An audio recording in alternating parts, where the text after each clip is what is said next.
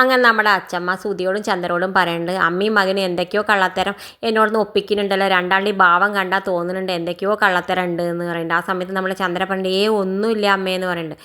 എന്തായാലും പിന്നെ കാണിക്കുന്നത് നമ്മുടെ രേവതി ആണെങ്കിൽ വല്ലാതെ വിഷമിച്ച് നിൽക്കുന്നുണ്ട്. തുടയ്ക്കുന്ന സമയത്ത് നമ്മുടെ സച്ചി ചെന്നിട്ട് എന്താ രേവതി ഇത്ര വിഷമം ചോദിക്കുന്നുണ്ട്. ആ സമയത്ത് നമ്മുടെ രേവതി പറയുന്നുണ്ട്, വർഷയും ശ്രുതിയും ഒക്കെ ഗർഭിണികളായി, പക്ഷെ ഞാൻ മാത്രം അങ്ങനെ ആയിട്ടില്ല, എനിക്ക് വല്ലാത്ത വിഷമമുണ്ട്, എനിക്ക് അങ്ങനെ ആവാത്തതുകൊണ്ട് എനിക്ക് മാത്രം എന്താ സന്തോഷം കിട്ടാത്തതെന്ന് പറയുന്നത്. ആ സമയത്ത് നമ്മുടെ സച്ചി പറയും, അടുത്ത് തന്നെ ഉണ്ടാവും, നീ വിഷമിക്കാതിരിക്കുക, ഇതിനൊക്കെ ഇങ്ങനെ വിഷമിച്ചാലോ എന്നൊക്കെ പറയുന്നുണ്ട്.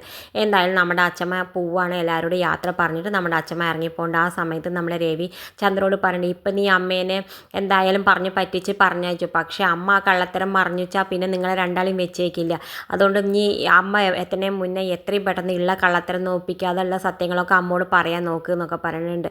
എന്തായാലും നമ്മുടെ ചന്ദ്രയാണെങ്കിൽ ആകെ വിഷമിച്ചിട്ട് നിൽക്കുന്നുണ്ട്. ശ്രുതിയെ കൊണ്ടുവരണോ വേണ്ടേ, എന്താ ചെയ്യേണ്ടതെന്ന് ഇങ്ങനെ ആലോചിച്ച് നിൽക്കുന്നുണ്ട്.